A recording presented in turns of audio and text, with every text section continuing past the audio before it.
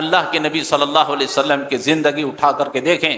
آپ صلی اللہ علیہ وسلم مکہ سے ہجرت کر کے مدینہ آئے، آپ صلی اللہ علیہ وسلم نے مدینہ میں 10 سال زندگی گزاری۔ پوری تاریخ پڑھ کے دیکھیں، اللہ کے نبی صلی اللہ علیہ وسلم کی زندگی میں 10 سال تک ذی الحجہ کا مہینہ آیا، اور ہر سال اللہ کے نبی صلی اللہ علیہ وسلم قربانی دیتے ہیں۔ 10 سال میں اللہ کے نبی صلی اللہ علیہ وسلم نے قربانی کبھی نہیں چھوڑی۔ صحابہ بیان کرتے ہیں اللہ کے نبی صلی اللہ علیہ وسلم ہر سال 2 دمبوں کی، 2 بکروں کی اللہ کے نبی صلی اللہ علیہ وسلم قربانی دیتے تھے۔ جو لوگ استطاعت رکھنے کے باوجود بھی قربانی نہیں کرتے ہیں، آپ صلی اللہ علیہ وسلم نے ان کو وعید بھی سنا دی، کہا کہ من وجد سعۃ ولم یضحی فلا یقربن مصلانا۔ اللہ کے نبی نے فرمایا جو شخص قربانی کی استطاعت رکھتا ہے، قربانی کی طاقت رکھتا ہے، لیکن اس کے باوجود بھی وہ قربانی نہیں کرتا، ہیلے بہانے بتاتا ہے، قرضہ ہو گیا، شادی ہے، فلاں ہے، یہ ہے، گاؤں کے بہانے بتاتے ہیں لوگ۔ نبی نے فرمایا جو شخص قربانی کی استطاعت رکھنے کے بعد بھی اگر قربانی نہیں کرتا فلم یضحی فلا یقربن مصلانا، فرمایا ایسا شخص ہمارے عیدگاہ کے قریب بھی نہ آئے۔ اللہ اکبر۔ اور اگر کوئی ایسا آدمی ہے کہ بھئی مقروض ہے، آدمی وقتی طور پر مقروض ہے، واقعی میں مقروض ہے، قرض میں مبتلا ہے، ایسے آدمی کے لیے ضرورت نہیں ہے، لیکن کوئی ایسا آدمی ہے کہ قرض لے کر بھی آدمی جو ہے پھیڑ سکتا ہے، آسانی سے قربانی کر سکتا ہے، تو ایسے گنجائش ہے کہ آدمی قرضہ لے کر بھی قربانی کرے، اور پھر قرضہ آسانی سے پھیڑ سکتا ہے تو اسے قربانی ضرور کرنی چاہیے۔ وَأَنَّ الْمَسَاجِدَ لِلَّهِ فَلَا تَدْعُوا مَعَ اللَّهِ أَحَدًا۔ الحمد للہ نحمده ونستعینه ونستغفره ونعوذ بالله من شرور انفسنا ومن سیئات اعمالنا، من يهده الله فلا مضل له ومن يضلل فلا هادي له، واشهد ان لا اله الا الله وحده لا شريك له، واشهد ان محمدا عبده ورسوله ارسله بالحق بشيرا ونذيرا، اما بعد فإن خير الحديث كتاب الله، وخير الهدي هدي محمد صلى الله عليه وسلم، وشر الأمور محدثاتها، وكل محدثة بدعة، وكل بدعة ضلالة، وكل ضلالة في النار۔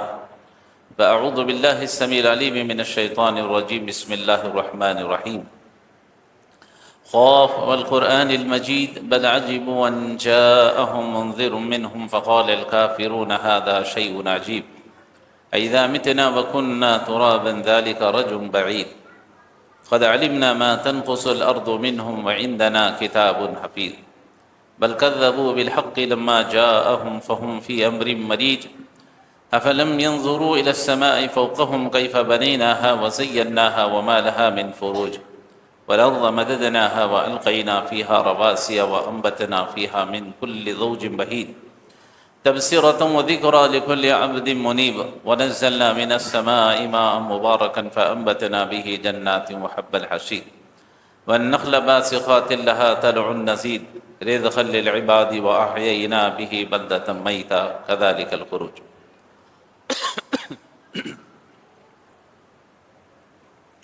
قال الله تبارك وتعالى في موضع آخر، بسم الله الرحمن الرحيم، وَلِكُلِّ أُمَّةٍ جَعَلْنَا مَنْسَكًا۔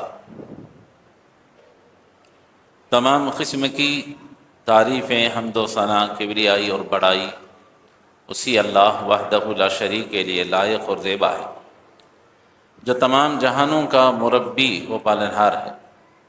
درود و سلام نازل ہوں تمام انبیاء علیہ السلام پر، خصوصاً میرے اور آپ کے نبی تاجدار مدینہ حضرت جناب محمد رسول اللہ صلی اللہ علیہ وسلم پر۔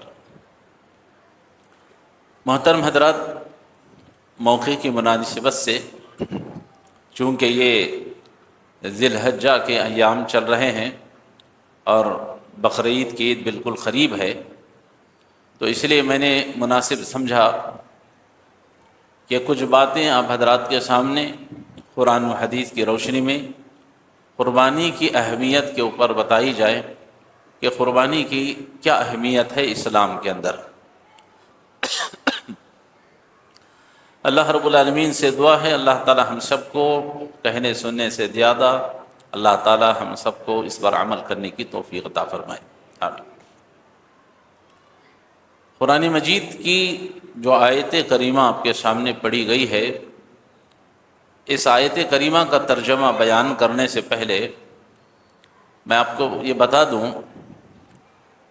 کہ قربانی کی اہمیت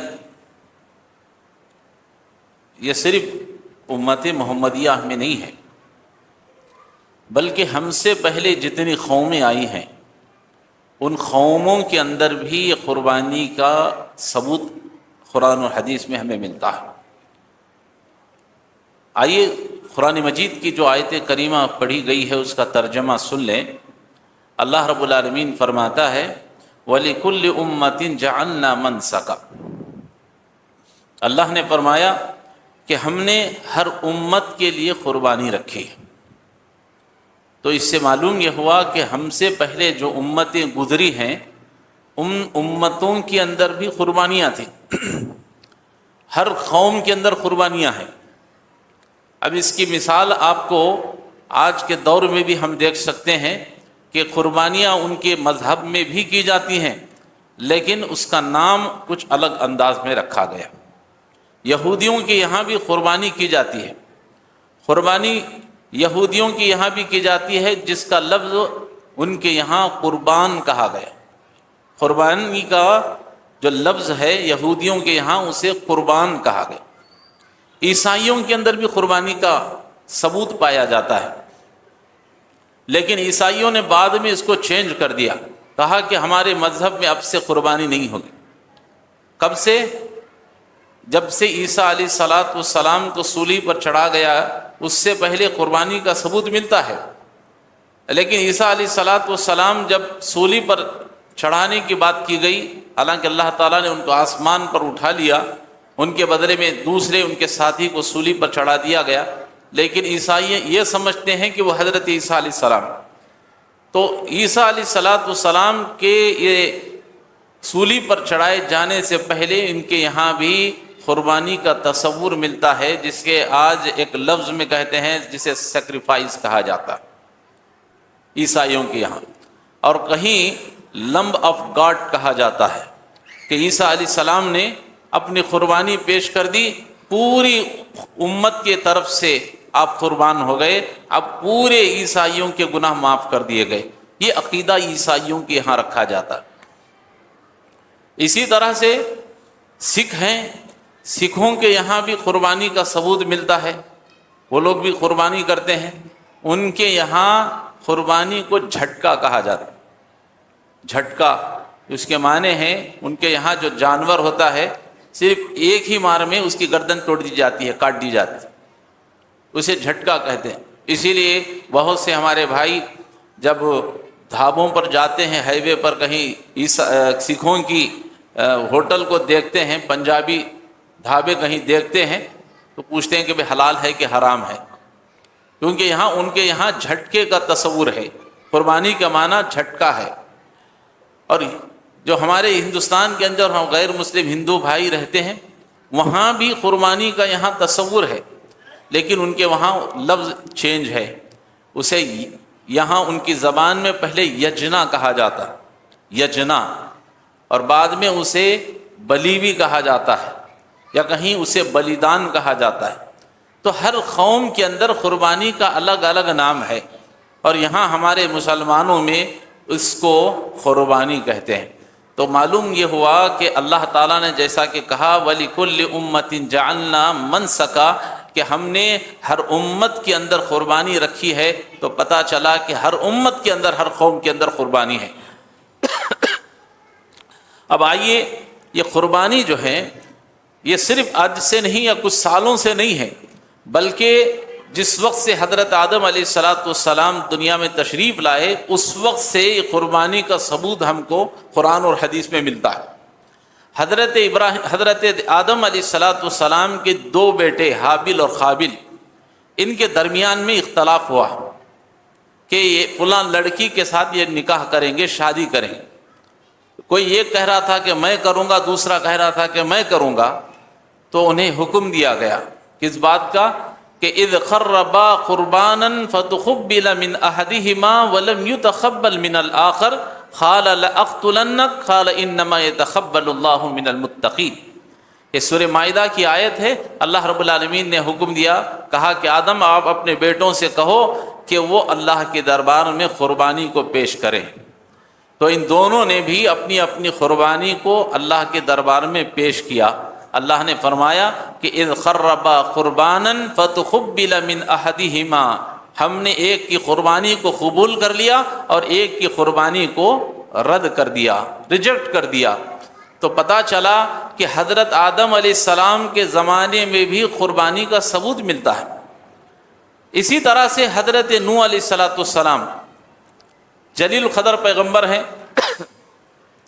ان کے بارے میں آتا ہے حضرت نوح علیہ السلام کی کشتی جب طوفان سے باہر نکل کر کے آئی، آپ کو اور آپ کی قوم کو اللہ تعالیٰ نے طوفان سے بچا لیا۔ اب یہ کنارے پر آئے تو حضرت نوح علیہ السلام نے شکرانے کے طور پر اللہ کا شکر ادا کرتے ہوئے آپ نے جانوروں کی قربانی کی۔ تو معلوم یہ ہوا کہ حضرت نوح علیہ السلام کے زمانے میں بھی قربانی کا ثبوت ہے۔ اسی طرح سے حضرت سلیمان علیہ السلام کی قوم کا تذکر آتا ہے۔ حضرت سلیمان علیہ السلام کے بارے میں آتا ہے کہ آپ کو گھوڑوں سے بڑی محبت تھی۔ آپ کے پاس جو گھوڑے تھے آپ کو ان سے بڑی محبت تھی۔ انسان کسی جانور سے محبت کرتا ہے، الگ الگ قسم کے لوگ الگ الگ، کوئی پرندوں سے محبت کرتا ہے، کوئی بلیوں سے کرتا ہے، کوئی بکروں سے، الگ الگ قسم کی۔ حضرت سلیمان علیہ السلام کو اپنے گھوڑوں سے بڑی محبت تھی۔ مفسرین بیان کرتے ہیں حضرت سلیمان علیہ السلام ایک مرتبہ اپنے گھوڑوں کی خدمت میں ریکھ دیکھ میں اس قدر مصروف رہے کہ آپ کو نماز کا جو خیال تھا وہ نکل گیا، آپ کی نماز قضا ہو گئی۔ تو حضرت سلیمان علیہ السلام کو اس بات کا احساس ہوا، تو حضرت سلیمان علیہ السلام نے کہا کہ جس کی وجہ سے میری نماز قضا ہو گئی ہے، میں ان گھوڑوں کو اللہ کی راہ میں قربان کر دیتا ہوں۔ چنانچہ حضرت سلیمان علیہ السلام نے اپنے پورے گھوڑوں کو اللہ کے راستے میں قربان کر دیا۔ تو وہاں حضرت سلیمان علیہ السلام کے زمانے میں بھی قربانی کا ثبوت ملتا ہے۔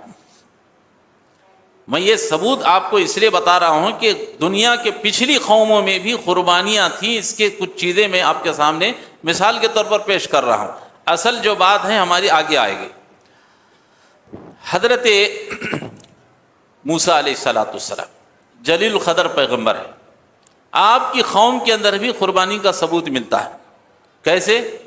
حضرت موسیٰ علیہ السلام کے زمانے میں یہ قتل ہو گیا، ایک مرڈر ہو گیا۔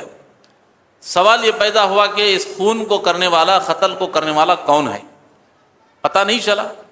پوری قوم کے لوگ حضرت موسیٰ علیہ السلام کے پاس گئے، جا کر کے کہا موسیٰ اللہ نے آپ کو کلیم اللہ کہا ہے، آپ اللہ سے کلام کرتے ہیں، لہذا آپ اللہ رب العالمین سے درخواست کیجئے، پوچھئے کہ اس قتل کا ذمہ دار کون ہے۔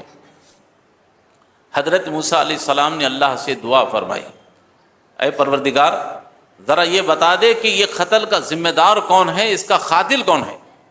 اللہ تبارک و تعالی نے حضرت موسیٰ علیہ السلام کو حکم دیا، قرآن مجید کے اندر سورہ بقرہ، جو اس قرآن کی پہلی سورت ہے، سورہ بقرہ، سورہ فاتحہ کے بعد اللہ تعالیٰ نے ایک مسلسل ایک سورت سورہ بقرہ کے نام سے، گائے کے نام سے اللہ تعالیٰ نے قرآن میں نازل کی۔ اس سورت میں اللہ تعالیٰ نے یہ آیت نازل فرما دی، اے موسیٰ آپ اپنے قوم سے کہیے ان اللہ یأمرکم ان تذبحوا بقرہ، اے موسیٰ آپ اپنے قوم سے کہیے کہ وہ ایک گائے ذبح کرے اور اللہ کے راستے میں قربان کر کے اس کا گوشت اس مردے کو لگا دے۔ مردہ زندہ ہو کر کے بتا دے گا کہ اس کا قاتل کون ہے۔ لمبا چوڑا واقعہ ہے، اللہ نے قرآن مجید میں سورہ بقرہ کے نام سے ہی سورت نازل کر دی۔ تو اس واقعے سے یہ آپ بتانا چاہتا ہوں کہ حضرت موسیٰ علیہ السلام کے زمانے میں بھی قربانی کا تصور تھا، وہاں بھی ثبوت ملتا ہے۔ اس کے بعد آئیے حضرت ابراہیم علیہ السلام، جن کے نام سے آج قربانی پوری دنیا کے اندر مشہور ہے، لوگ سمجھتے ہیں حضرت ابراہیم علیہ السلام کے زمانے سے یہ قربانی کا طور طریقہ چلتا ہوا رہا ہے۔ تو میں نے پیش کیا آپ کے سامنے، حضرت ابراہیم سے پہلے بھی انبیاء علیہ السلام کے زمانے میں قربانی تھی۔ چنانچہ اللہ تبارک و تعالیٰ نے حضرت ابراہیم علیہ السلام کو خواب کے ذریعے سے اللہ نے حکم دیا۔ انبیاء کے جو خواب ہوتے ہیں وہ سچے ہوتے ہیں، اور اللہ تبارک و تعالیٰ انبیاء علیہ السلام کو خواب کے ذریعے سے بھی اللہ حکم دیتا ہے۔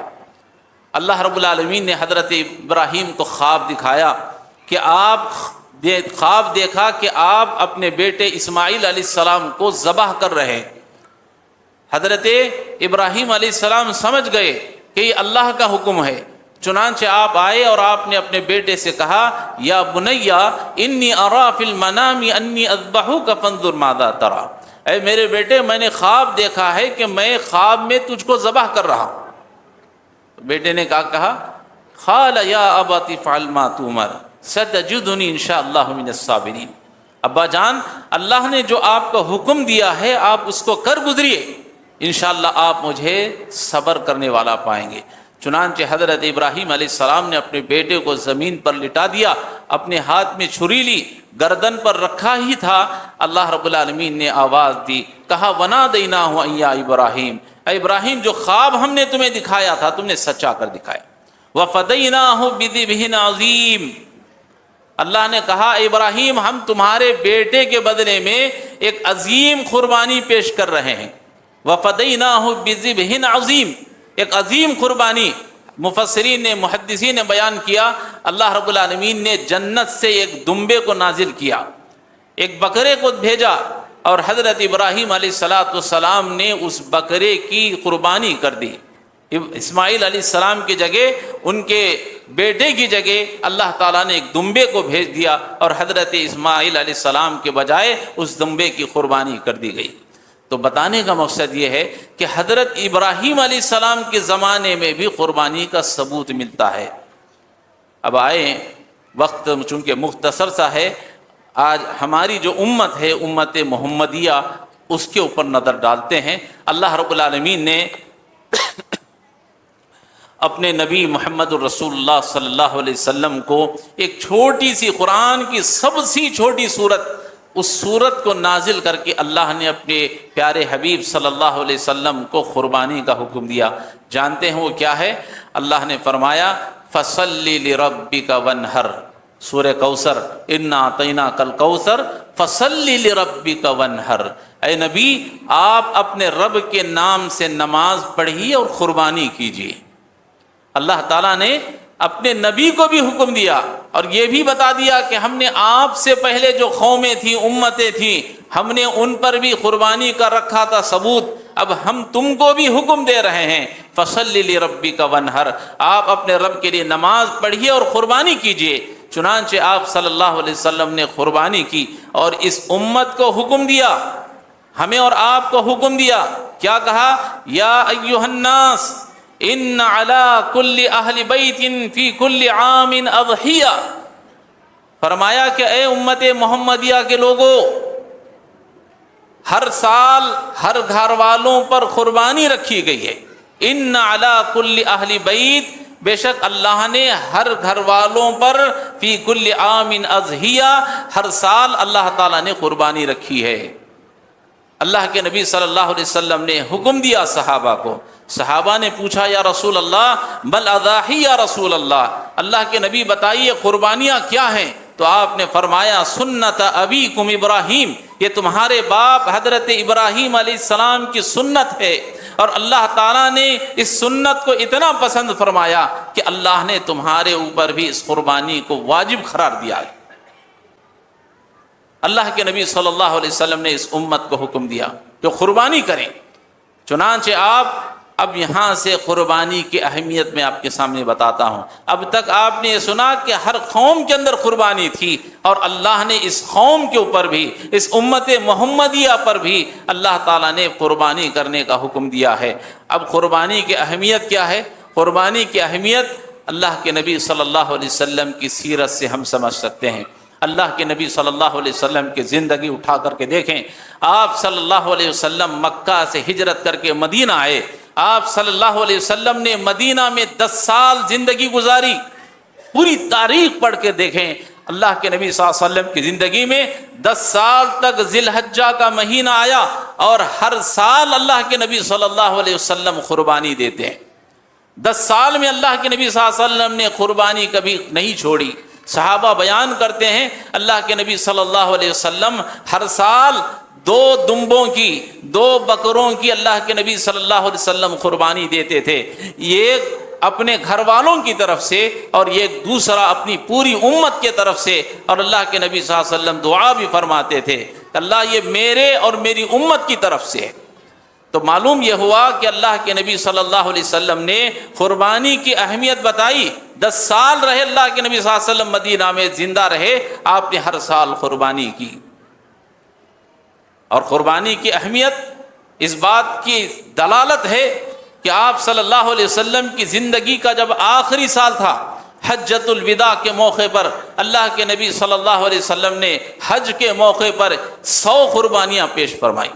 ہم کیا سمجھتے ہیں یہ کی قربانی ہے، آپ ایک نہیں 10 قربانیاں بھی اپنی طرف سے کرتے ہیں، کوئی بات نہیں۔ اللہ کے نبی صلی اللہ علیہ وسلم نے 100 قربانیاں پیش کی آخری زندگی کے آخری سال میں۔ اور ایک نقطہ میں آپ کو بتا رہا ہوں، آپ صلی اللہ علیہ وسلم نے 100 قربانیوں میں سے 60 پر 3 قربانیاں، اونٹوں کی قربانیاں اللہ کے نبی صلی اللہ علیہ وسلم نے خود اپنے ہاتھوں سے ذبح کی۔ کتنے؟ 60 پر 3 اونٹ اللہ کے نبی صلی اللہ علیہ وسلم نے خود اپنے ہاتھوں سے ذبح کیا۔ علماء بیان کرتے ہیں نقطہ، کہتے ہیں کہ اس میں حکمت یہ تھی، اللہ کے نبی صلی اللہ علیہ وسلم کی عمر بھی 63 سال تھی۔ آپ صلی اللہ علیہ وسلم نے بھی زندگی 60 پر 3 سال گزاری، اس لیے اللہ کے نبی صلی اللہ علیہ وسلم نے اپنے ہاتھوں سے 60 پر 3 اونٹوں کی قربانی کی۔ باقی 30 پر 7 اونٹ جو تھے، حضرت علی رضی اللہ تعالی عنہ کو حکم دیا کہ وہ اس کو ذبح کر دیں۔ تو یہ اللہ کے نبی صلی اللہ علیہ وسلم کے پاس قربانی کی اہمیت ہے کہ آپ صلی اللہ علیہ وسلم جب تک مدینہ میں رہے، آپ صلی اللہ علیہ وسلم نے قربانی کی، اور زندگی کے آخری سال آپ صلی اللہ علیہ وسلم نے 100 اونٹوں کی قربانی کی۔ اور قربانی کی اہمیت سمجھنا چاہتے ہیں تو اس بات سے بھی سمجھ سکتے ہیں کہ صحابی رسول بیان کرتے ہیں کہ ایک مرتبہ ہم اور آپ صلی اللہ علیہ وسلم سب سفر میں تھے۔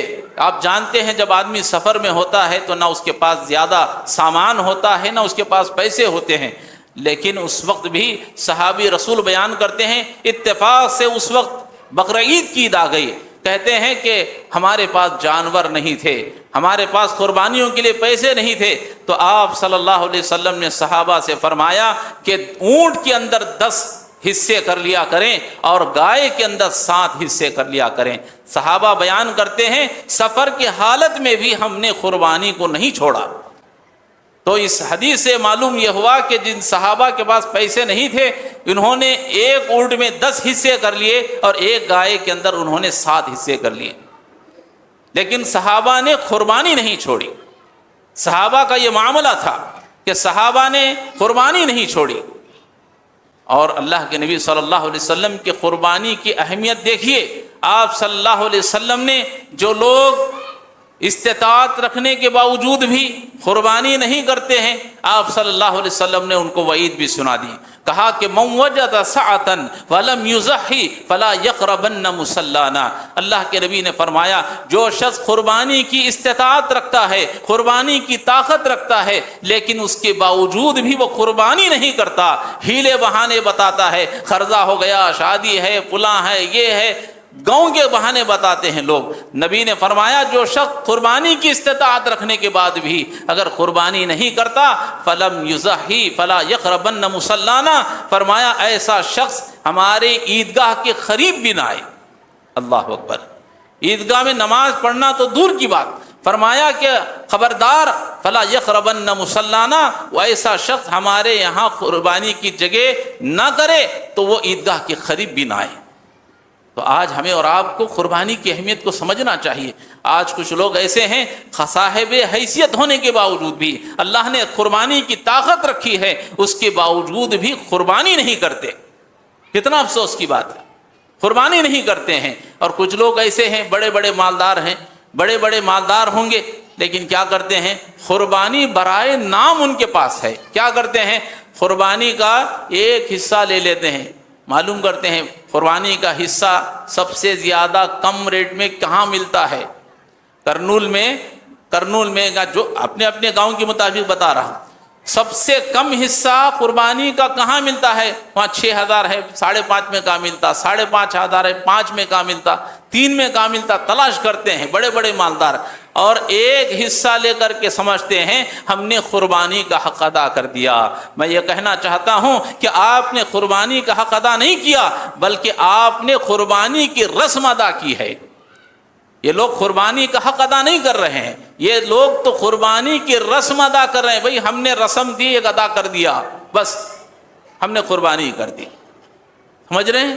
یہ قربانی کا طریقہ نہیں ہے۔ اللہ نے اگر آپ کو استطاعت دی ہے، اللہ نے اگر طاقت دی ہے، پورا حصہ، پورا جانور اللہ کے راستے میں قربان کریں۔ اس کے بجائے لوگ ڈنڈی مارتے ہیں، زکوٰۃ میں تو ڈنڈی مارتے ہی ہیں، اب یہاں قربانی کے یہاں بھی کیا کرتے ہیں، ایک حصہ لے کر کے بس تھوڑا وہاں یہاں بانٹ لیا اور سمجھ لیا کہ ہم نے قربانی کا حق ادا کر دیا۔